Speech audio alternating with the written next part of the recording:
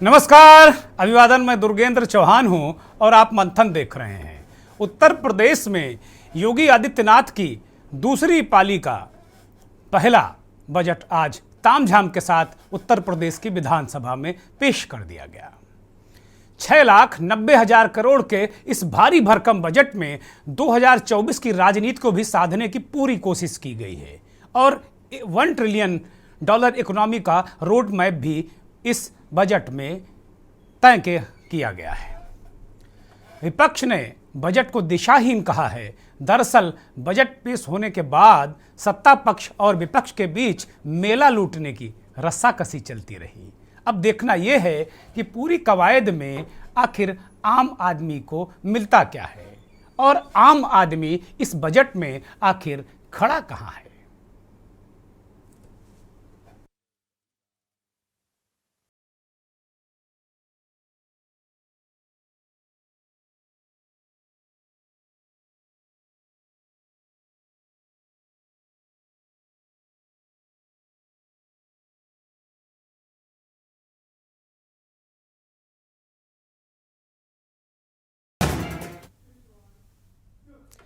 Budget पेश होने के बाद मुख्यमंत्री योगी आदित्यनाथ ने एक प्रेस कॉन्फ्रेंस की और बजट के जो मूल तत्व हैं वो उनको विस्तार से पत्रकारों के सामने रखा और उन्होंने इस बात का वादा भी किया प्रदेश की जनता से कि वो हर क्षेत्र के लिए इस बजट में कुछ ना कुछ लेकर वो आए हैं। जल जीवन का मिशन हो, चाहे यहाँ तक कि अंत्येष्टि स्थलों का सुंदरीकरण, किसानों की समस्याएं, किसानों के लिए जो सेंटर बनने हैं, खाद बीज, तमाम तरीके की योजनाएं, मेडिकल कॉलेज, श्रमिकों के बच्चों के लिए पढ़ाई लिखाई, इन सब की व्यवस्था, इसके अलावा महिलाओं के लिए फ्री गैस सिलेंडर और जो छात्र हैं उनको लैपटॉप टैबलेट की भी बातें इस बजट में की गई हैं। गन्ना किसानों के भुगतान की भी बात की गई है और ये भी दावा किया गया है कि बेरोजगारी दर 18% से घटकर 4.5% रह गई है। तो नेता प्रतिपक्ष अखिलेश यादव भी कहां चुप बैठने वाले, उन्होंने भी एक प्रेस कॉन्फ्रेंस की जो कि एक तरीके से होती ही है। पहले नेता सदन की प्रेस कॉन्फ्रेंस, उसके बाद फिर नेता प्रतिपक्ष अपनी बात कहते हैं। अखिलेश यादव ने कहा कि यह मेला लगाने वाली सरकार है। निवेश धरातल पर कैसे उतरेगा, इस बजट में इसका कोई प्लान दिखता ही नहीं है। बीजेपी सपने दिखा रही है कि 40 लाख करोड़ रुपए का निवेश जमीन पर उतर जाएगा, पर दुनिया में जो तस्वीरें जा रही हैं कि इस सरकार ने गरीबों पर बुलडोजर चला दिया, बीबीसी जैसी संस्था पर छापा मारेंगे और मीडिया को डराएंगे, तो क्या उम्मीद करते हैं कि दुनिया में के लोग जो हैं वो आपके यहाँ निवेश करने आएंगे। अखिलेश यादव ने सवाल उठाया। अखिलेश ने कहा कि निवेशक आए और घूम कर चले गए। सरकार यह नहीं बताएगी कि निवेशकों को ठहरने के लिए जो हजारों करोड़ रुपए खर्च करके टेंट सिटी बसाई गई थी उसमें कोई क्यों नहीं रुका, सब खाली ही थे। सरकार 1 ट्रिलियन की अर्थव्यवस्था की बात तो कर रही है पर उसकी अपेक्षित विकास दर अभी से बहुत दूर है। अखिलेश यादव ने सवाल उठाया कि सरकार ये बताए कि जो ग्रोथ रेट है उत्तर प्रदेश का, क्या वो $1 ट्रिलियन इकोनॉमी को हासिल करने के लिए काफ़ी है, और नहीं तो वो ग्रोथ रेट जो $1 ट्रिलियन इकोनॉमी के लिए ज़रूरी है वो कब तक सरकार हासिल कर लेगी, या उत्तर प्रदेश को कब तक वो ग्रोथ रेट मिल जाएगा। ये सवाल भी अखिलेश यादव ने किया है। उन्होंने कहा है कि ये जो निवेशक, उन्होंने ग्लोबल इन्वेस्टर मीट की बात कही और कहा कि जो तमाम जो निवेशक आए वो सारी राज्यों में जा रहे हैं, मध्य प्रदेश में जा रहे हैं, उड़ीसा में जा रहे हैं, राजस्थान में जा रहे हैं, गुजरात में जा रहे हैं, आपके यहाँ भी आए, लेकिन वास्तव में उनके लिए आपने क्या व्यवस्था की कि दूसरे राज्यों से अट्रैक्ट होकर वो यहाँ आए। क्या आपने ऐसा कोई सिस्टम किया कि सारे कामकाज उनके सिंगल विंडो में हो जाए, इंस्पेक्टर राज को खत्म किया जाए, और इसके अलावा उनके लिए अतिरिक्त क्या पैकेज है, क्या सुविधाएं हैं, क्या सहूलतें हैं। अखिलेश यादव ने एक तंज कसा कि जब इतनी महंगी यहाँ बिजली है तो कोई अपना उद्योग उत्तर प्रदेश में क्यों लगाएगा। उन्होंने कहा कि भाई महंगाई भयंकर है, किसानों की समस्याएं भयंकर हैं, नौजवान बेरोजगार हैं, किसान नौजवान सबकी हालत बदहाल है, नौकरियां निकल नहीं रही। उन्होंने एक उदाहरण भी दिया कि अमूल के दूध जो अमूल कोऑपरेटिव सोसाइटी है, अमूल ने दूध के दाम 3 रुपए बढ़ा दिए। पर क्या ये किसानों की जेब में गया? जनता की जेब से तो पैसा निकल गया, बिचौलिए के हाथ में चला गया, लेकिन क्या किसानों के जो दुग्ध उत्पादक किसान हैं, क्या उनकी जेब में 3 रुपए गया? सरकार इसके पास इसका कोई जवाब है? और 2022 तक ये डबल इंजन की सरकार ने ये कहा था कि किसानों की जो इनकम है 2 गुनी हो जाएगी, लेकिन वो नहीं हुई। इसका जवाब है क्या? अखिलेश यादव ने कन्नौज में काऊ मिल्क प्लांट का भी एक उदाहरण दिया और कहा कि जैसा कि इस सरकार का काम है कि वो जो मेरे कार्यकाल में कराए कामों में अपना बोर्ड लगा लेती है। अखिलेश ने कहा कि उन्होंने कन्नौज में एक काऊ मिल्क प्लांट तैयार किया था, बाद में प्रधानमंत्री और मुख्यमंत्री का बोर्ड उसमें लटक गया और अब वो प्लांट बंद हो गया है। इसका जवाब क्या है बजट में? कोई। इस तरह की बहुत सारी बातें अखिलेश यादव ने उठाई, विकास का रोड मैप मांगा और तीखा हमला किया। एक और घटनाक्रम सदन में आज हुआ। अखिलेश यादव और उनके कुछ साथी विधायक काले रंग की शेरवानी पहनकर सदन के अंदर पहुंचे तो इसे भगवा बनाम शेरवानी का रंग भी देने की कोशिश की गई। दरअसल इसके अपने राजनीतिक मायने हैं, संकेत हैं, संदेश हैं, या यह सपा का योगी सरकार के खिलाफ सांकेतिक विरोध प्रदर्शन है। नेता सदन योगी आदित्यनाथ और नेता प्रतिपक्ष के बीच अलग अलग तरीके से दोनों ने बयान दिए और नेता सदन योगी आदित्यनाथ ने कहा कि यह बजट समग्र विकास और संकल्प को आकार देता है और यह प्रदेश में सबसे बड़ी अर्थव्यवस्था बनाने के लिए मील का पत्थर साबित होगा। नेता सदन और नेता प्रतिपक्ष दोनों को सुनिए।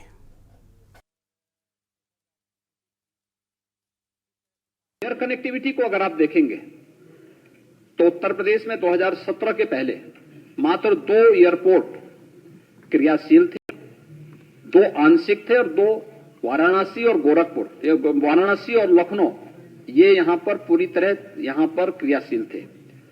आज हम 9 एयरपोर्ट को पूरी तरह क्रियाशील कर चुके हैं। प्रदेश में वर्तमान में 2 इंटरनेशनल एयरपोर्ट का निर्माण हो रहा है। 3 एयरपोर्ट वर्तमान में, इंटरनेशनल एयरपोर्ट वर्तमान में क्रियाशील हैं। 9 अन्य एयरपोर्ट यहां पे प्रदेश के अंदर कार्य चल रहा है। कुल मिलाकर के अगले 1-1.5 वर्ष के अंदर उत्तर प्रदेश के अंदर 21 एयरपोर्ट होंगे जो पूरी तरह क्रियाशील होंगे और इस पर राज्य सरकार ने बेहतर कार्य किया है और उसको हम भारत सरकार के साथ मिलकर के आगे बढ़ाने का कार्य भी कर रहे हैं। प्रदेश के अंदर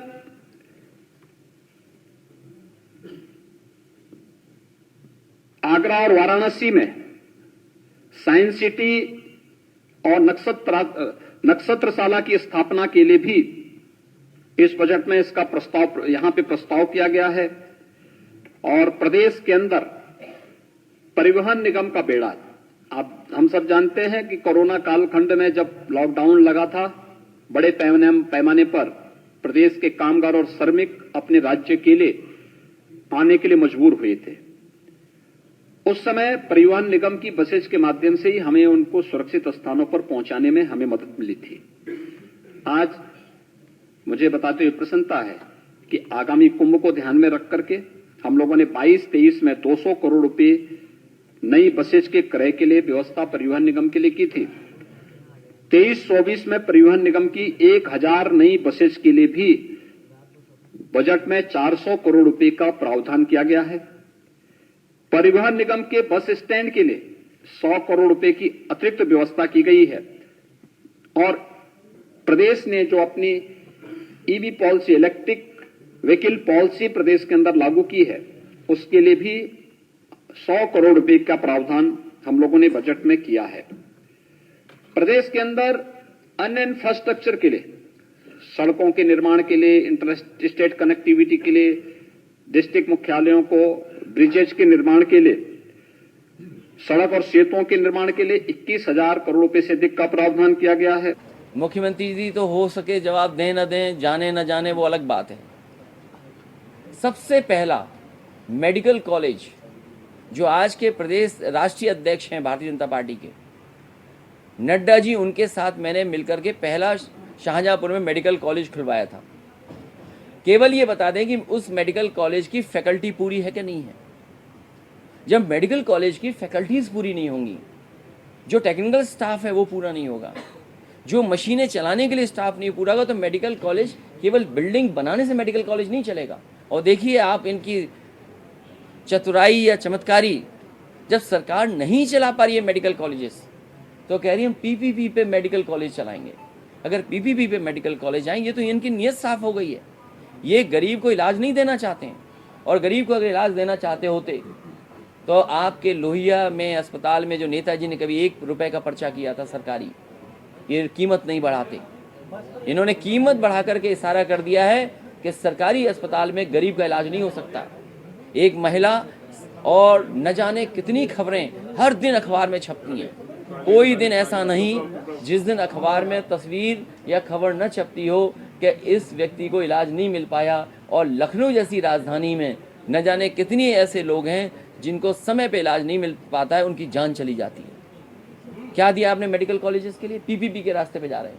ये जो समाजवादियों की सरकार में बनाए हुए मेडिकल कॉलेज थे, उन्हीं को आगे बढ़ा रहे हैं, सपना दिखा रहे हैं स्पोर्ट्स दिखाने के लिए कि शेरवानी पहन कर घरेलू बजट मिल जाए। तो शेरवानी तो और देखिए मुख्यमंत्री जी को गोबर पसंद है, इत्र नहीं पसंद है। पिछले बजट में आपने देखा होगा तो इत्र का इतना बड़ा वो मार दिया सरकार। अखिलेश यादव बहुत सारे ढेर सारे सवाल उठा रहे हैं, कह रहे हैं कि भाई जिन मेडिकल कॉलेजों की बात कर रहे हैं मुख्यमंत्री, वो मेडिकल कॉलेज पीपीपी हैं, गरीबों को इलाज कहाँ प्राइवेट अस्पतालों में मिलता है। नेताजी ने 1 रुपए का पर्चा किया था, उसको भी बढ़ा दिया। बहुत सारी जनवादी बातें कर रहे हैं, समाजवादी बातें कर रहे हैं। समाजवादी हैं तो जाहिर सी बातें करेंगे, लेकिन बात तो गांव गरीब के अखिलेश यादव कर रहे हैं, इसमें भी कोई संदेह है नहीं। अब कोई ऐसी स्थिति तो है नहीं कि वो हनुमान जी हैं और अपना सीना चीर कर दिखा दें। लेकिन ओवरऑल अगर बजट को देखें, जो मैंने प्रथम दृष्टया इस बजट को देखा, तो ऐसा लग रहा है कि सरकार की नीयत उत्तर प्रदेश के विकास को लेकर साफ है और वो एक गंभीर प्रयास करती इस पूरे बजट में नजर आ रही है। मेडिकल कॉलेज प्राइवेट पीपीपी के साथ में है, वो बात अलग है, बहुत सारी चीज़ें अलग है। लेकिन अगर देखें तो किसानों के लिए काम वो कर रहे हैं, जल संरक्षण के लिए digital water level recording system लगा रहे हैं, और बुंदेलखंड जो पानी को लेकर बड़ी दिक्कत में रहता था, वहाँ इंडो इजराइल वाटर प्रोजेक्ट लेकर आ रहे हैं। उससे काफ़ी चीज़ें मुझे लगता सुधरेंगी। और बसों का बेड़ा जो आम आदमी की ज़रूरत होती है, हालांकि कुंभ के लिए बसें खरीदी जाएंगे, फिर जाहिर सी बात है आम आदमी के इस्तेमाल में ही आती हैं। प्रयागराज कुंभ के लिए भी बहुत सारा 25,000 करोड़ रुपया दे दिया है, 400 करोड़ रुपया नई बसें और खरीदी जाएंगे। तो एक टोटल एक उत्तर प्रदेश को एक तरीके से एक नए दृष्टिकोण से इस बजट में देखा जा सकता है, और इसमें कहीं कोई मुझे बहुत ज़्यादा कोई संदेह नज़र आ नहीं रहा है। मैं मंथन की शुरुआत करता हूं और मेहमानों का परिचय कराता हूं। समाजवादी पार्टी के वरिष्ठ नेता प्रवक्ता मनोज यादव हमारे साथ जुड़े हैं। मनोज जी बहुत स्वागत, बहुत धन्यवाद। भारतीय जनता पार्टी के वरिष्ठ नेता प्रवक्ता एसएन सिंह साहब हमारे साथ जुड़े हैं। सिंह साहब बहुत स्वागत, बहुत धन्यवाद, बहुत आभार। किसानों के नेता चौधरी सबित मलिक साहब हमारे साथ जुड़े हैं। चौधरी साहब बहुत स्वागत, बहुत धन्यवाद। और बहुत ही वरिष्ठ पत्रकार नवेद सिको साहब लखनऊ से हमारे साथ जुड़े हैं। नवेद भाई आपका भी बहुत स्वागत, बहुत धन्यवाद। थोड़ी देर में अर्थशास्त्री पीके धवन साहब हमारे साथ जुड़ेंगे। मैं चौधरी सबित मलिक से चर्चा की शुरुआत करूंगा और सभी मेहमानों से कहूंगा कि पहले राउंड में बातें संक्षिप्त हों और सीधे सीधे कंक्रीट हों, ताकि सभी के पास हम जा सकें और सभी को अपनी बात रखने का मौका मिले। चौधरी साहब, सरकार ने इस बजट में किसानों के लिए बहुत सारी योजनाएं, बहुत सारा काम, गन्ना भुगतान, बहुत सारी बातें की हैं, और जाहिर सी बात है किसानों के लिए सरकार काम कर भी रही, इसमें भी कोई संदेह नहीं है। आपको क्या लगता है, किसानों को इस बजट में कुछ उनके लिए ठोस होने जा रहा है क्या? देखो, मैं आपको बता दूं, एक काम सरकार ने किसानों के हित में इसमें किया है। सबसे पहले मैं अच्छी चीज ही बता दूं, क्योंकि बाकी तो सारी कड़वी कड़वी है। उत्तर प्रदेश सरकार ने चुनाव में वादा किया था कि हम किसान को सिंचाई के लिए बिजली मुफ्त देंगे, तो उसकी घोषणा सरकार ने की है कि हम करेंगे। अब ये नहीं पता ये कब से करेंगे, लेकिन अगर ये करते हैं तो हम उसका स्वागत करते हैं। और उसके लिए इनको धन्यवाद देते हैं। लेकिन बाकी जितनी बातें हैं, गन्ना भुगतान में टोटल फेलियर हैं, और ऐसे फेलियर हैं कि मिल मालिक बोलते हैं हम देश के प्रधानमंत्री की बात नहीं सुनेंगे, देश के मुख्यमंत्री की बात नहीं सुनेंगे, जिले के जिलाधिकारी की बात नहीं सुनेंगे, और देश के कानून को हम नहीं मानेंगे, जो आप कर सकते हैं कर लीजिए। सबसे बड़ा माफिया मिल माफिया उत्तर प्रदेश में है, जो अभी भी 5,000 करोड़ रुपए से ऊपर दबाए बैठा है। आप पूछिए इनसे कितने मिलों पे इन्होंने कार्रवाई की है। मैं शामली जनपद से बोल रहा हूं, यहाँ पर 3 चीनी मिलें हैं, पिछले वर्ष का भी अभी बकाया है, और अगर टोटल जोड़ दिया जाए, छोटा सा जिला है, 3 चीनी मिलें हैं, 600 करोड़ के आसपास अभी भी बकाया है। इन्होंने बजट में कहा है गन्ना किसानों की आय बढ़ी है। अरे अब आज ही बजट में कहा गया चौधरी साहब कि भुगतान हो गया आप लोगों का, आप किस पैसे की बात कर रहे हैं भाई? बता दूं, बस पूरे 7 साल में 35 पैसे किलो आपने बढ़ाया है। गन्ने का रेट 3.5 रुपए किलो है। हमारे जिले में 3.5 किलो से ऊपर जो मिट्टी है वो बिक रही है। देश में नमक 20 रुपए से ऊपर बिक रहा है। 3.5 रुपए किलो गन्ना खरीद कर ये कह रहे हैं कि हम देश किसान की आय बढ़ा रहे। 2022 में आपने आय का वादा किया था। पूरे देश का किसान माइनस में खेती कर रहा है। इस वर्ष तो इतनी नुकसान में है, ठीक बात है। पैदावार में इतने कीटनाशक आए हैं, नकली दवा और खाद ठीक की बात है वजह चौधरी से साहब। कि किसान की फसल चौपट हो गई है। ठीक बात है। एक ब्रेक का इशारा हो रहा है, मैं एक ब्रेक लूंगा और ब्रेक के बाद ये बहुत सारे मुद्दे हैं। एक अच्छी बात बजट में है कि किसानों को मुफ्त बिजली की बात फिर की है सरकार ने। पिछले दिनों पिछले सत्र में जब पूछा गया था, विपक्ष ने पूछा था, अखिलेश यादव ने पूछा था कि भाई आप मुफ्त बिजली कब देंगे, तो बाद में ये बताया गया कि भाई अभी हम बिजली मुफ्त देने की स्थिति में नहीं हैं, लेकिन अब फिर वो बात कर रहे हैं। अच्छी बात है, इससे किसानों को कुछ फायदा ही होगा। आप देख रहे हैं के न्यूज, खबरों का सारथी। नमस्कार जी, मैं भगवंत मान। 16 मार्च 2022 को शहीद आजम भगत सिंह के पैतृक गांव खटकड़ कला में हमने पंजाब को रंगला पंजाब बनाने की कसम खाई थी। उसके तहत हम दिन रात काम कर रहे हैं। मुझे बताते हुए बड़ी खुशी हो रही है कि हमारे यत्नों सदका अभी तक 10 महीने में लगभग 40,000 करोड़ का निवेश हो चुका है, जिसके तहत लगभग 2.5 लाख नौजवान बेटे बेटियां पंजाब के, उनको रोजगार प्राप्त होगा। हमारा 23-24 फरवरी को मोहाली में इन्वेस्टमेंट समिट हो रहा है, जिसमें जितना निवेश हो चुका है उससे कई गुना और निवेश आने की उम्मीद है। आइए आप भी इस समिट का हिस्सा बनिए और पंजाब को दोबारा रंगला पंजाब बनाने में हमारा सहयोग करें। नमस्कार।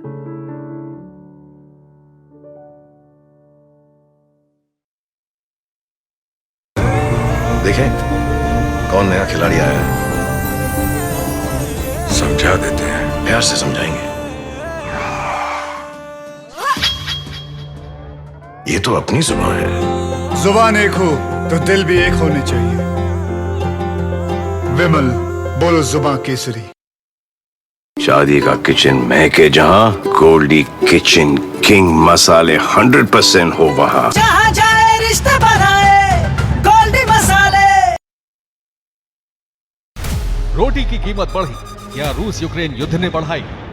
पेट्रोल डीजल महंगा हुआ, क्या युद्ध भी बड़ा कारण बना? ग्लोबल मंदी का डर, भारत में भी युद्ध का असर। जेब हो रही हल्की, विश्व में युद्ध से उल्टी गिनती। दुनिया को हिंदी में देखने का जरिया, एकमात्र global Hindi news channel TV9 Bharatvarsh. अब तो सब देख रहे हैं, क्या आप नहीं?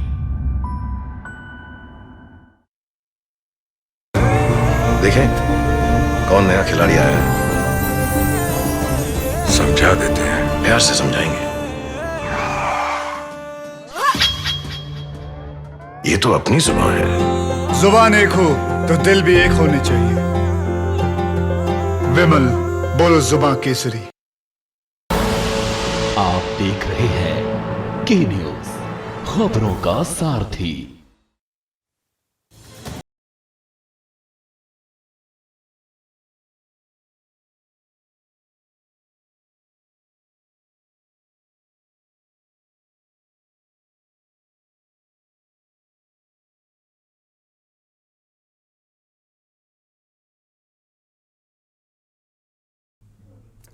ब्रेक के बाद वापस आ गए हैं और सीधे एसएन सिंह साहब के पास चलेंगे, भारतीय जनता पार्टी के नेता प्रवक्ता। एसएन सिंह साहब, किसानों के लिए एक अच्छा काम हुआ है, इसमें कहीं कोई संदेह नहीं है, और ऐसे जो बजट का अभिभाषण था खन्ना जी का, उसमें बहुत सारे अच्छे काम उन्होंने बताए हैं, लेकिन किसान नेता बैठे हुए हैं, बहुत सारे सवाल हैं इनके। मुझे लगता है कि आपको इनका जवाब देना चाहिए। देखिए, मैं तो कहूंगा कि इससे शानदार बजट हो नहीं सकता है। भारतीय जनता पार्टी की सरकार जब से उत्तर प्रदेश में है तब से किसानों के खुशहाली के लिए कार्य कर रही है। और मलिक साहब तो कह रहे हैं कि मैं एक किसान नेता हूं, जबकि मलिक साहब किसी पार्टी के सहयोगी नेता है। फिर भी मैं मलिक साहब मित्र हैं हमारे, हम सम्मान करते हैं। और ये बताते हैं भाई आप कहाँ रहते हो, कुछ जानते हो? एसएन सिंह साहब, मैं बीच में आपकी बोलता पार्टी नहीं। के नाराज मत होइए मलिक साहब, अब उनको अपनी बात कहने दीजिए।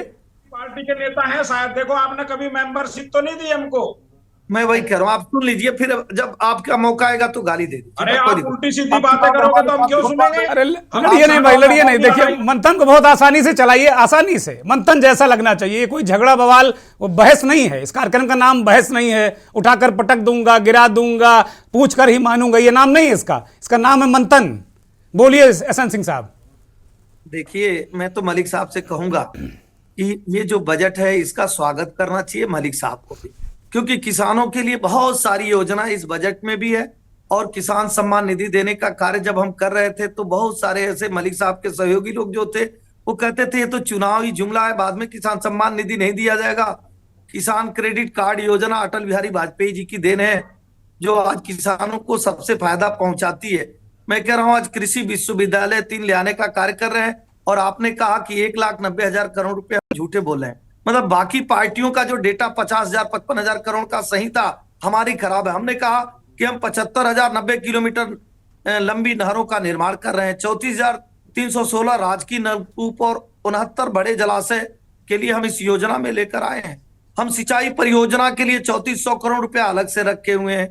हम 900 करोड़ रुपए सिंचाई संसाधनों के लिए रखे हुए हैं। और पशुपालन, मत्स्य पालन, दुग्ध पालन, तमाम ऐसे लोग हैं जो कृषि से जुड़े हुए चीजों को करते हैं साथ में, उसके लिए भी इस बजट में व्यवस्था है। मैं तो कह रहा हूं कि स्वर्गीय अटल बिहारी वाजपेयी जी कहते थे, हमारे प्रधानमंत्री जी, देश के प्रधानमंत्री, कि अगर सड़कों से देश को जोड़ दिया जाए तो विकास की गति को बढ़ावा मिले। आज जिस तरह से आप देखेंगे बुनियादी ढांचे में बदलाव के लिए बड़ी बड़ी योजनाओं का घोषणा किया गया। Varanasi Gorakhpur Purvanchal expressway, Jhansi Chitrakoot link road, Kanpur metro, Delhi में रैपिड रेल, सीएम। तो इस तरह की चीजों से मुझे लगता है कि विकास को गति मिलेगा। और हमारे भाई कह रहे थे कि हमने केवल घोषणा किया। मैं अपने भाई को बताना चाहता हूं, इसके पहले भी हम लोगों ने जो काम कहा वो करके दिखाए हैं। सिर्फ आप 10 सेकंड मुझे देंगे। हमने इन्वेस्टर समिट के माध्यम से भी बहुत सारी चीजों को किया। वाराणसी में अमूल की फैक्ट्री चल रही है, खुर्जा में टीएचडीसी कंपनी आपके बगल में है, आप जाके देखेंगे कितना बड़ा थर्मल पावर बन रहा है। अलीगढ़ में डिफेंस कॉरिडोर में, झांसी, महोबा, चित्रकूट में 56 कंपनियों ने जमीन खरीद लिए तो कई भागेंगे नहीं। श्रृंखला में ने अपना प्रोडक्शन शुरू कर दिया। मेरठ में रैपिड रेल का 92% कार्य शुरू हो गया। कंप्लीट करिए एसएन सिंह साहब, कंप्लीट करिए।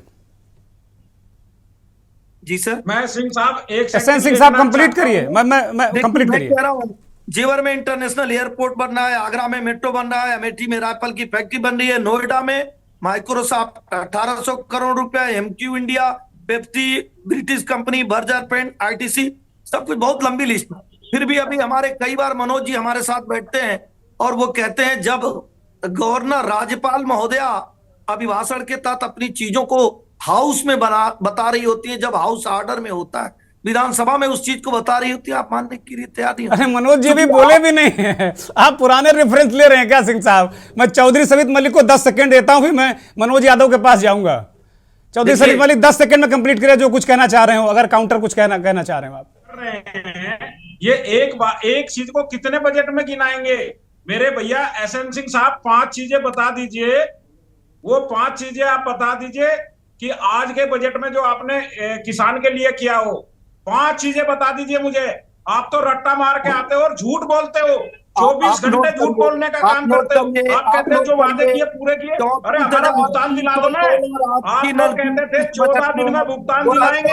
मैं कहता हूँ आप लोग झूठे हो, परियोजना के झूठ बोलने का काम करते हो। चलिए मैं यशवंत सिंह के पास जाऊंगा और वो 5 चीजें पूछूंगा। अब मैं जरा मनोज यादव के पास चलता हूं, क्योंकि मनोज यादव जी का पहले ही यशवंत सिंह साहब ने नाम लिया कि वो ऐसा कह रहे हैं, ऐसा कहेंगे, तो अब मैं मनोज यादव को मौका देता हूं। मनोज यादव बोलिए। कि प्रेशर में दबे हो, कैसे दबे हो? चौधरी साहब शांत शांत शांत। मनोज यादव बोलिए।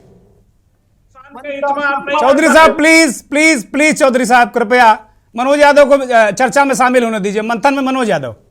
आपको याद आता है डोली भुगतान दिला पा रहे? रोग हो जाता है। दोनों साथी यशवंत सिंह साहब और चौधरी सबित मलिक दोनों शांत हो जाएं, दोनों शांत हो जाएं। मनोज यादव को मंथन में शामिल कर रहे हैं, फिर आप लोग अपनी बात रखिएगा, पूरा मौका है आपको। बोलिए मनोज यादव। 14 दिन में भुगतान करें, सुप्रीम कोर्ट का। आवाज बंद करिए, आवाज बंद करिए। मनोज यादव बोलिए। जी, मैं स्पष्ट रूप से कहना चाहूंगा कि किसी भी सरकार का अगर कोई एजेंडा है, बजट है, उसकी कार्यशैली है, तो वो सबसे इंपॉर्टेंट होती है उसकी हिस्ट्री क्या है किसी भी गवर्नमेंट। चौधरी साहब शांत हो जाइए। मनोज यादव बोल रहे हैं, अभी आपकी आवाज जा नहीं रही आने। चौधरी साहब शांत हो जाइए, बोलिए मनोज यादव।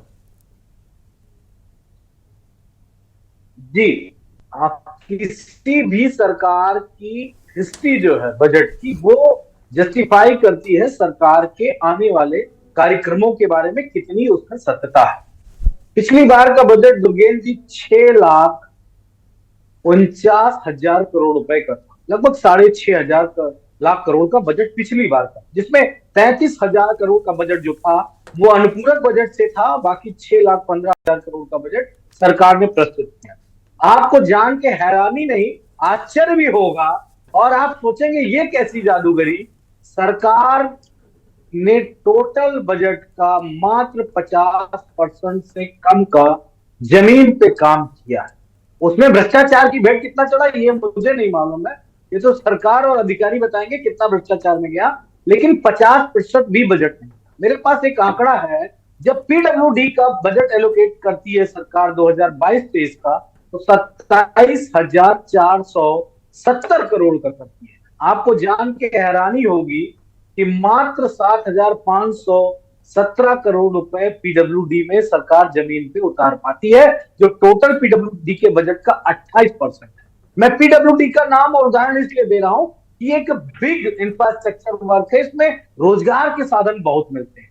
फिर पंचायती राज में जो गांव में तमाम काम होते हैं पंचायत के, उसका बजट इन्होंने रखा 16,378 करोड़ रुपए, और आप जान के आश्चर्य होंगे कि मात्र खर्च किया 1,296 करोड़, जो टोटल बजट का 7.9% बजट खर्च किया। आप बताइए, कोई सरकार अगर अपना पूरा बजट खर्च नहीं कर पाती है तो वो सरकार कैसे कोट कर सकती है कि जो हमारा बजट है वो बाहुबली बजट है, वो बजट हमारा बड़ा उत्तर प्रदेश को आगे ले जाने वाला बजट है, कैसे मान लिया जाए? अब मैं इसको 6,90,000 करोड़ का बजट नहीं मानता। अब बजट हो गया लगभग 47 लाख करोड़ का बजट हो गया। वो कैसे? 35 लाख करोड़ का एमयू साइन हुआ इस बार, उससे पहले 5.5 लाख करोड़ का एमयू साइन हुआ, और ये वाला 7 लाख करोड़ का बजट, लगभग 47 लाख करोड़ रुपए पे योगी आदित्यनाथ एंड कंपनी को जवाब देना पड़ेगा। मेरे जैसे विपक्ष को, सरकार है, कंपनी नहीं है। क्या कह रहे हो? सरकार है भाई, बोलिए। नहीं, इसमें कंपनी का ज्यादा सिस्टम आ गया ना। 47 लाख करोड़ में मेरी बात को ध्यान दीजिएगा दुर्गेन जी, हल्के में मत लीजिएगा। नहीं, बिल्कुल नहीं, बिल्कुल नहीं, भारी में ले रहे हैं, बिल्कुल नहीं। जो इंडिया इतना बड़ा जी, तो ये थोड़ा वजनाई से बात समझिएगा कि मैं कहना क्या चाहता हूं। जी, 47 लाख करोड़ रुपए जो सरकार कोड कर रही है उत्तर प्रदेश के डेवलपमेंट के लिए, वो सरकार को हम 6 महीने का समय दे रहे हैं। 6 महीने में उत्तर प्रदेश में क्या उतर के आएगा? ये बजट इस बार वाला बड़ा छोटा अदना सा है, छोटा सा, इसको मैं पिज्जी का शोरबा कहूं तो गलत नहीं होगा, क्योंकि 47 लाख करोड़ रुपए बिग अमाउंट, मतलब ये कल्पना नहीं कर सकते, ये हिंदुस्तान से बड़ा बजट है। तो अब योगी आदित्यनाथ, हमारे यशवंत सिंह जी और बीजेपी की कैबिनेट को जवाब देना पड़ेगा कि वो 3 महीने में इसकी रिपोर्टिंग करे, 6 महीने में रिपोर्ट प्रस्तुत करेंगे, श्वेत पत्र जारी करेंगे, अथवा मोदी जी जब चुनाव लड़ने आएंगे 2024 तक तब करेंगे। ये बातें स्पष्ट होनी चाहिए। लेकिन एक बात और आ गई कि साहब इतना बिग बजट दे दिया, बाहुबली बजट टाइप कुछ चला है सुबह से। तो मैं ये पूछना चाहता हूं, ये कौन सा बड़ा अचीवमेंट है? देश का जब पहला बजट प्रस्तुत किया गया तो 149 करोड़ का गोविंद बल्लभ पंत जी ने प्रस्तुत किया था 1952 में। तो मैं ये पूछना चाहता हूं, वो 150 करोड़ का बजट और आज 6,90,000 करोड़ का बजट, इसके बीच में भी तो कुछ गंगा जमुना का पानी बहा होगा, किसी ने कुछ किया होगा, किसी ने बेहतर लाइन खींची होगी, डेवलप किया होगा। आप किसी भी सरकार को डिनाई नहीं कर सकते। मैं कांग्रेस को नहीं डिनाई कर सकता, मुझे बसपा नहीं डिनाई कर सकती, मैं बसपा को नहीं डिनाई कर सकता, कांग्रेस बीजेपी बसपा कांग्रेस और सपा को नहीं डिनाई कर सकती। सबने अपने दौर में काम किए हैं। आज बातें बड़ी हैं, काम बड़ा। ठीक बात है, ठीक बात है मनोज जी। एक ब्रेक के लिए फिर जा रहा। उत्तर प्रदेश की योगी सरकार के दूसरे कार्यकाल का पहला बजट पेश किया गया। बाहुबली बजट, भारी भरकम बजट, किसानों के लिए, नौजवानों के लिए, आम आदमी के लिए बहुत सारी बातें इस बजट में हैं। लेकिन समाजवादी पार्टी पिछला हिसाब किताब कर रही है। उसके प्रवक्ता मनोज यादव ने बहुत सारे आंकड़े दे डाले कि पीडब्ल्यूडी में 50% ही खर्च हुआ, कहीं 28% खर्च हुआ, कहीं 8% खर्च हुआ। बहुत सारे आंकड़े एक तरीके से पुराने बजट पर ही सवाल उठा दिए और नए को भी वो दिशाहीन समाजवादी पार्टी के मुखिया अखिलेश यादव बता चुके हैं। नवेद सिकोह के पास जाऊंगा, वरिष्ठ पत्रकार हैं, सदन को कवर करते हैं, बहुत बारीकी से चीज़ों को देखते हैं। नवेद भाई, ये क्या एक परंपरा बन गई है कि जो बजट आएगा उसकी विपक्ष निंदा ही करेगा? क्या मतलब ये भी एक परंपरा है क्या? मैं एहसन सिंह साहब आपके पास आऊंगा, नवेद भाई को ले लूं, फिर आऊंगा आपके पास। आ रहा हूं मैं आपके पास। मुझे 8:30 तक ही बोले थे, कहीं जाना है दूसरे चैनल पे, तो मनोज भाई क्या जवाब ले लीजिए, मित्र है, फिर मैं निकल जाऊं। सिको साहब बोलते हैं, बोल दीजिए। अब आप अगर इतना ही अर्जेंसी है तो बोल दीजिए। नहीं, मैं कह रहा था कि मनोज जी को निश्चित तौर पे नहीं मानना चाहिए हमारी बातों को, क्योंकि ये विरोधी है, विपक्ष नहीं है। सत्ता पक्ष और विपक्ष दोनों का कार्य होता है प्रदेश की खुशहाली के लिए कार्य करना, प्रदेश की समृद्धि के लिए कार्य करना। लेकिन अगर इनके आंख में इतना बड़ा चश्मा चढ़ा है तो मैं यही कहूंगा, क्योंकि हमारी सरकार में काशी का कॉरिडोर बन जा रहा है, इसलिए इनको दिक्कत हो रही है। इनके यहाँ तुष्टीकरण का बजट होता था, हमारे यहाँ समावेशी बजट है, हम सबका साथ सबका विकास की बात करते हैं। इनके यहाँ जातिवादी वाला बजट था, इनके यहाँ क्षेत्रवाद का बजट था। अच्छा, अब इनको भी सुन लीजिए। अब आप जा रहे हैं तो 5 सेकंड में इनको भी सुन लीजिए, नहीं तो ये फिर आखिरी में कहेंगे कि आप पक्षपात करते हैं। इनको भी सुनिए। बोलिए मनोज यादव, फिर मैं 2 सेकंड का समय दूंगा, सुनकर जाइएगा। कृपया जरूर सुनिए उनको, चाहे 2 सेकंड सुनिए। बोलिए मनोज यादव।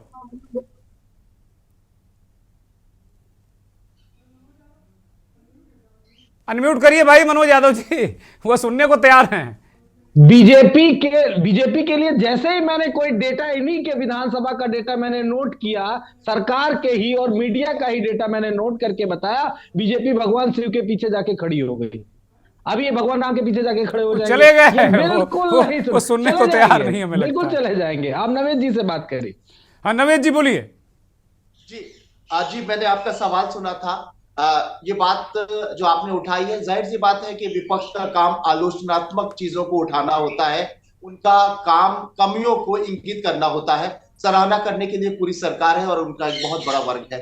तो मुझे लगता है कि कुछ खूबी नजर भी आएगी तो उस बात को जाहिर नहीं करेगी समाजवादी पार्टी या कोई भी विपक्षी दल का नेता, क्योंकि उसका रोल जो है वो आलोचना करना है, उसकी कमियों को इंगित करना है और आईना दिखाना है। ये टेक्निकल बात हो गई। लेकिन एक चीज मैं जो मनोज जी ने कही वो मैं भी अंदर से महसूस कर रहा हूँ। दोपहर से मैं बजट पे शामिल था, उसके बाद मैं सीएम साहब की प्रेस कॉन्फ्रेंस में शामिल रहा और उस बजट के बाद में बहुत उत्साही हूँ और मैं बहुत खुश हूँ।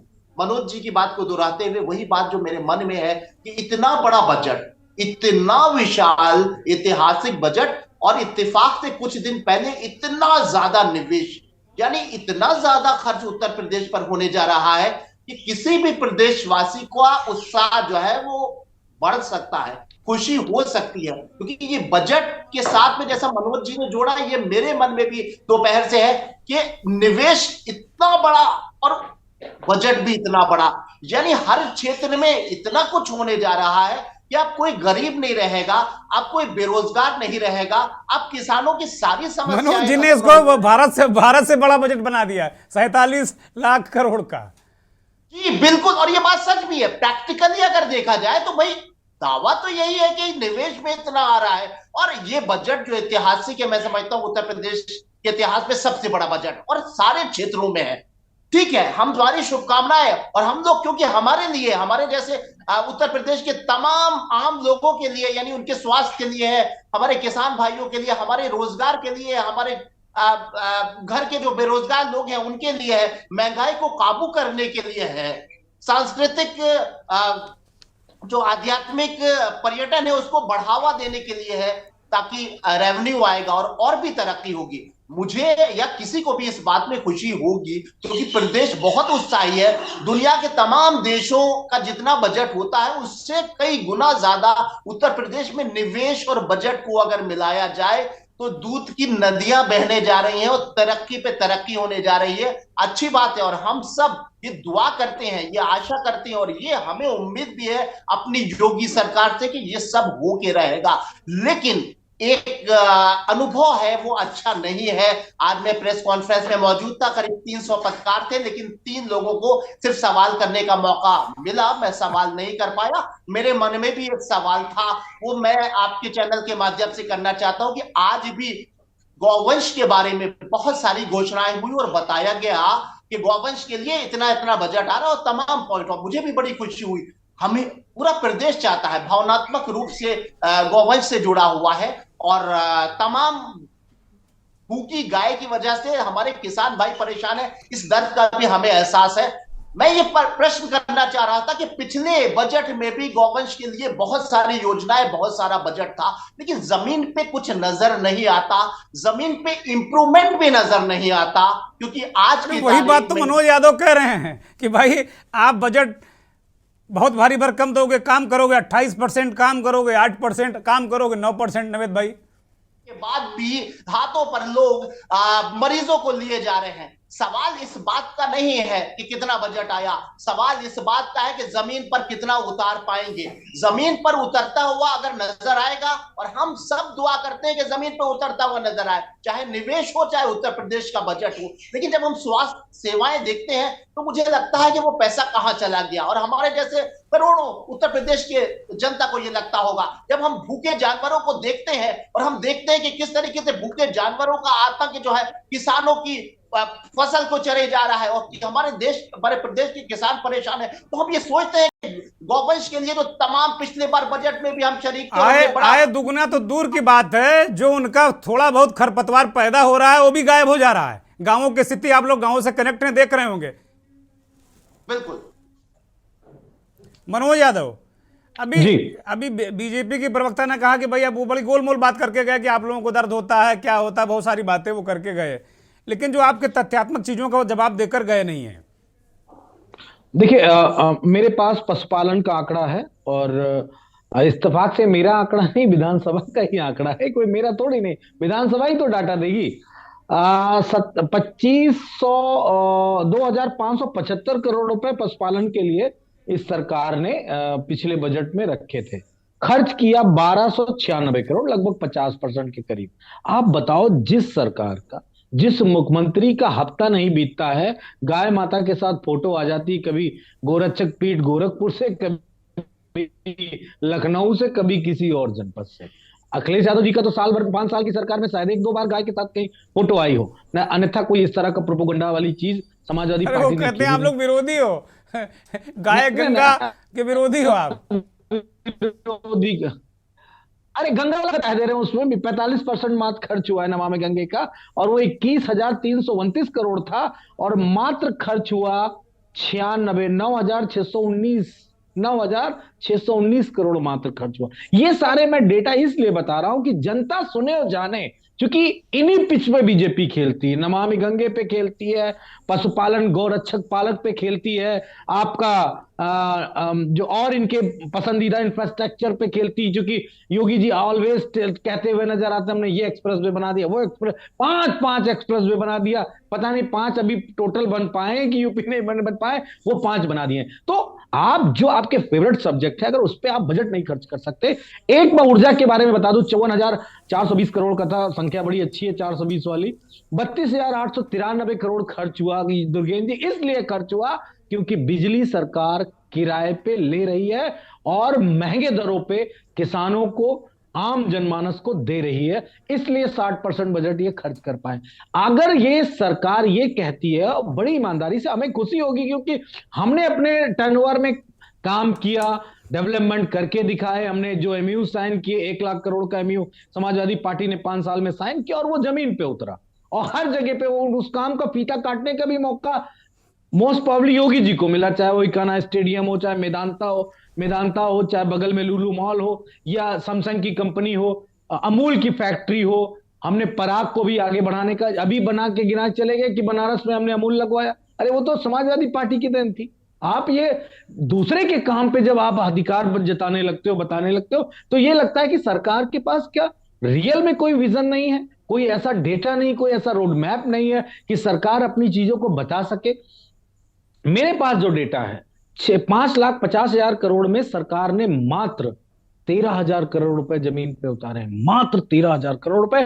5,50,000 में कितने प्रतिशत हुआ ये आप जोड़ सकते हैं। तो ये जो 30 लाख करोड़ 35 लाख करोड़ का है, ये 1 लाख के अंदर सिमट जाएगा, मुझे ऐसा फील हो रहा है, क्योंकि सरकार जिस आयोजन को करने के लिए गमले लगाई थी, पेड़ लगाई थी, वो सब उठने लगे, चोरी होने लगे, उनको उठा के लोग ले जाने लगे। ये बात आपके नेता भी बहुत जोरदारी के साथ में उठा रहे हैं, और इस बात में कितना दम है आप लोग जाने। मैं एक ब्रेक ले रहा हूं। विधानसभा के अंदर आज एक और रंग देखने को मिला। अखिलेश यादव और कुछ उनके साथी विधायक शेरवानी में विधानसभा के अंदर आए और सत्र में शामिल हुए। आमतौर पर अखिलेश यादव कुर्ता पजामा और सदरी में होते हैं। शेरवानी का क्या राज है, क्या संकेत, क्या संदेश? मनोज यादव के पास जाएंगे। मनोज जी, क्या संकेत और क्या संदेश राष्ट्रीय अध्यक्ष देना चाहते थे? देखिए, बीजेपी लगातार जो हमारी गंगा जमुनी तहजीब है, उस तहजीब को खत्म करना चाहती है। एक धर्म के खिलाफ, एक वर्ग के खिलाफ, कुछ जातियों के खिलाफ नफरत पैदा करना चाहती है।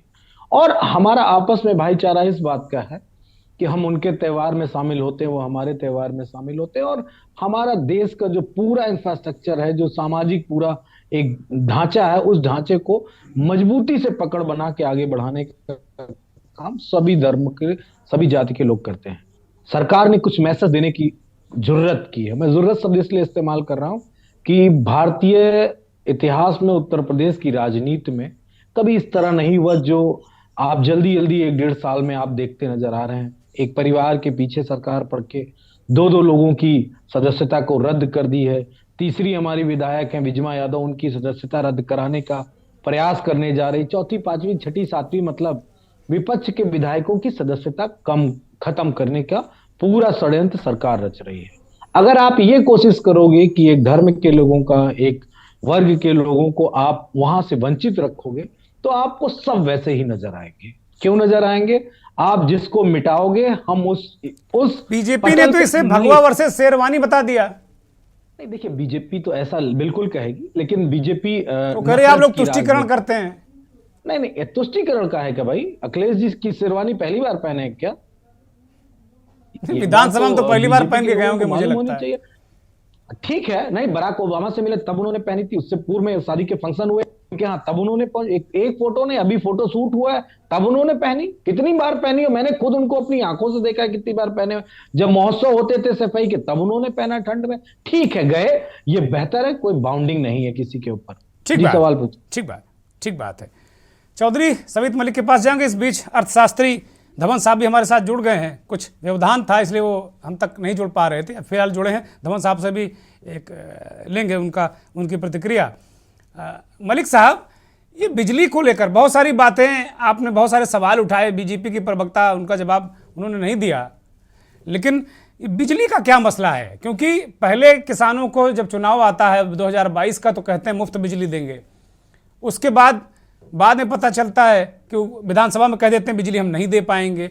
फिर कुछ होता है कि भाई किसानों के बिजली के बिल आधे कर दिए हैं। मैं भी कल अपने गांव गया था तो वहाँ भी किसान इसी की चर्चा कर रहे थे कि भाई वो बिल कहा था आधे आ रहे हैं, पूरे आ रहे हैं, बड़ी बड़ी समस्याएं हैं। अब वो कह रहे हैं बिजली मुफ्त देंगे। क्या क्या ये इसका मकसद क्या है, मसला क्या है? अनम्यूट करिए चौधरी साहब, अनम्यूट करिए, दर्शक नहीं सुन पा रहे हैं आपको। हमारे जो पड़ोसी राज्य हैं, पंजाब है, पंजाब में गन्ने का रेट 382 रुपए है और उत्तर प्रदेश में 350 रुपए है। तो वहां पर किसान को बिजली मुफ्त मिलती है।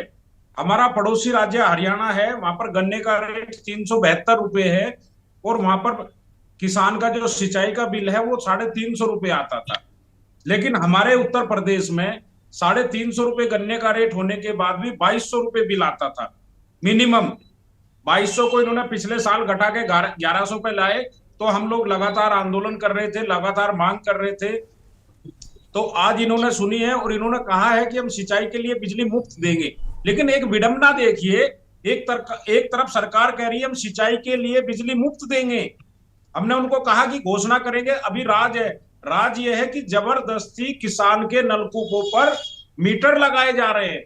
अगर आप कोई चीज किसान को मुफ्त दे रहे हैं तो वहां पर मीटर पर सरकार क्यों पैसा खर्चा कर रही है? उसके पीछे क्या राज है? मीटर का ठेका होगा, यही राज है। षड्यंत्र मीटर का ठेका पट्टा होता है, उसमें पैसे होते हैं, यही राज है। और कौन सा राज है? क्या हमने कहा मीटर का ठेका उठता है, पैसे उसमें जाते हैं, पैसे आते जाते रहते हैं, इसीलिए लग रहा होगा मीटर। दुर्गेश जी, मैं यही बताना चाहता हूं आपके माध्यम से उत्तर प्रदेश की जनता को, देश की जनता को, कि जब आपको पता है, या आपने भी कहा कि पहले कहा सिंचाई के लिए मुफ्त देंगे, फिर विधानसभा में मना कर दी, फिर आधी कर दी, आज कह रहे कि हम मुफ्त कर रहे हैं, कब घोषणा करेंगे, कब से लागू होगा ये नहीं पता।